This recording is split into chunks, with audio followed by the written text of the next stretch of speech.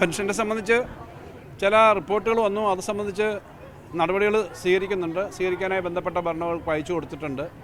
അത്തരം കാര്യങ്ങളെ സംബന്ധിച്ച് വാർത്തകൾ വരുന്ന വാർത്തകളും അത് സമൂഹത്തിൽ ചർച്ചയാവുന്നുണ്ട്. അത് കാര്യമാണ്. പക്ഷേ ഒറ്റ ഇൻറ്റൻഷനുള്ള തെറ്റായ കാര്യങ്ങൾ ആരും ചെയ്യാൻ പാടില്ല. അത്തരം കാര്യങ്ങൾക്ക് ആവശ്യമായ വകുപ്പുകൾ നോക്കി പരിശോധന നടത്തി ആവശ്യമായ നടപടികൾ സ്വീകരിക്കാൻ വേണ്ടി ധനകാര്യ വകുപ്പ് ആ വകുപ്പുകൾക്ക് കൊടുത്തിട്ടുണ്ട്.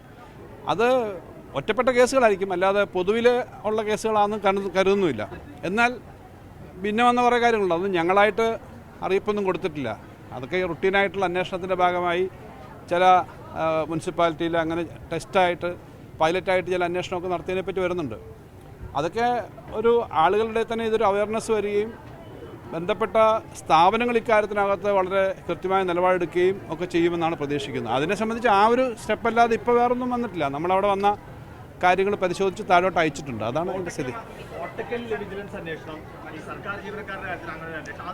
അല്ലല്ല, അങ്ങനെ ഇരട്ടത്താപ്പിൻ്റെ ഒന്നുമില്ല. ഇത് നിങ്ങൾ പകുതി കേട്ടിട്ടല്ലേ പറയുന്നത്. ഇങ്ങനെ ഈ കാര്യം അന്വേഷിച്ചിട്ടു ഒരു കോട്ടക്കൽ എന്ന് പറഞ്ഞിട്ടല്ല, ഞാൻ രണ്ടും താഴോട്ട് വിട്ടിട്ടുണ്ട് വന്ന റിപ്പോർട്ടുകൾ. അതിന് ഒരു ഇത് വരും. ക്ലിയറായിട്ടുള്ള ഉത്തരവാദിത്വം മനസ്സിലാവുന്നിടത്ത് വേറെ ഫർദർ അന്വേഷണത്തിൻ്റെ ആവശ്യമില്ല. അത് ഡിപ്പാർട്ട്മെൻറ്റിലായിട്ട് നോക്കിയാൽ മതിയല്ലോ.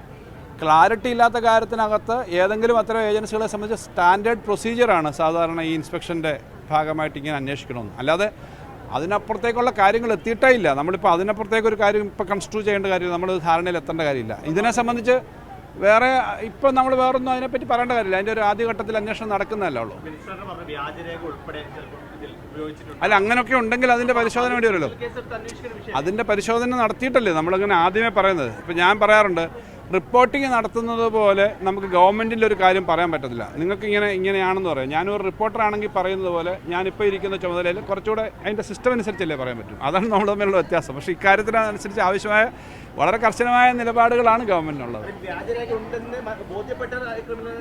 അത് തെറ്റായ കാര്യം ചെയ്തു കഴിഞ്ഞാൽ സ്വാഭാവികമായിട്ട് അതിനകത്ത് നടപടി വരേണ്ടതല്ലേ. മസ്റ്ററിങ് ഉണ്ടല്ലോ, എല്ലാ വർഷവും മസ്റ്ററിങ് ഉണ്ട്. ഇപ്പോൾ മസ്റ്ററിങ് എല്ലാ വർഷവും ഉണ്ടെന്നുള്ളത് തന്നെ അത് ഈ വ്യാജരേഖ മാത്രം സംശയിച്ചല്ല. അപ്പോൾ മരിച്ച ആളുകളുടെ അക്കൗണ്ടിലാണെന്ന് വെച്ചോ, ആ അക്കൗണ്ടിലേക്ക് പണം പോകും.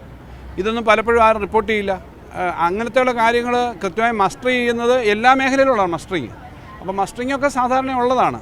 അതൊക്കെ കൃത്യമായി ഈ കാര്യമെല്ലാം നടത്തി കഴിഞ്ഞാൽ ഏറ്റവും അർഹമായ സാധാരണക്കാർക്ക് കിട്ടേണ്ടത് കൃത്യമായി കിട്ടാൻ പറ്റും.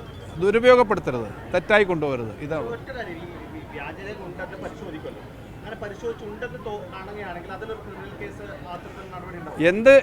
ഇത് പരിശോധിച്ച് കഴിഞ്ഞ് എന്ത് വേണമെന്നുള്ളത് ആ ബന്ധപ്പെട്ട വകുപ്പുകൾ തന്നെയാണ് നിർദ്ദേശിക്കുക. അങ്ങോട്ട് അയച്ചിട്ടുണ്ട്. ഇല്ല, എന്നെ സമീപിച്ചിട്ടില്ല. അല്ല, ആളുകൾ എന്നെ സമീപിച്ചിട്ടില്ല. എല്ലാവരും നിങ്ങളെപ്പോലെ ഇത്തരം കാര്യങ്ങളിൽ വളരെ ഗൗരവമായിട്ടുള്ള നിലപാട് വേണം. ഇതുപോലുള്ള തെറ്റായ കാര്യങ്ങൾ ആര് ചെയ്താലും അത് ഒഴിവാക്കണം എന്നുള്ള അഭിപ്രായം എല്ലാവരും പറയുന്നു. അല്ല, ഇത് വരുമ്പോൾ ഇനി എല്ലായിടത്തും അതിൻ്റെ ഒരു പരിശോധന നടക്കുമല്ലോ സ്വാഭാവികമായിട്ടെല്ലാം. ഈ ധനവകുപ്പൊക്കെ ചെയ്യുന്ന ഇൻസ്പെക്ഷൻ എന്ന് പറഞ്ഞാൽ ധനവകുപ്പിൻ്റെ ഇൻസ്പെക്ഷൻ സംവിധാനം എല്ലാ മേഖലയിലും പലപ്പോഴും പരിശോധിക്കും. അതിപ്പം മീഡിയയുമായി ബന്ധപ്പെട്ടിട്ടൊരു കാര്യം ഉണ്ടെങ്കിലും ഗവൺമെൻറ്റിൻ്റെ ഒരു സംവിധാനം ഉണ്ടെങ്കിൽ പരിശോധിക്കാനൊരു കണ്ടോ. അതെല്ലാം ചെയ്യത്തില്ല. ഇടയ്ക്കിടയ്ക്ക് ചില സർപ്രൈസ് അല്ലെങ്കിൽ ടോക്കണായിട്ട് നോക്കും. അങ്ങനത്തെ പരിശോധനകൾ എല്ലായിടത്തും നടക്കും. ഇതുപോലുള്ള കാര്യം വരുമ്പോൾ ഗൗരവത്തിൽ നടക്കും. അതൊരു സാധാരണ പ്രൊസീജിയറാണ്. അതിൻ്റെ നടപടി എടുക്കാൻ വന്നു ഇങ്ങനൊരു കാര്യം വന്നു. അത് പിന്നീട് ആലോചിക്കേണ്ട കാര്യമല്ലേ.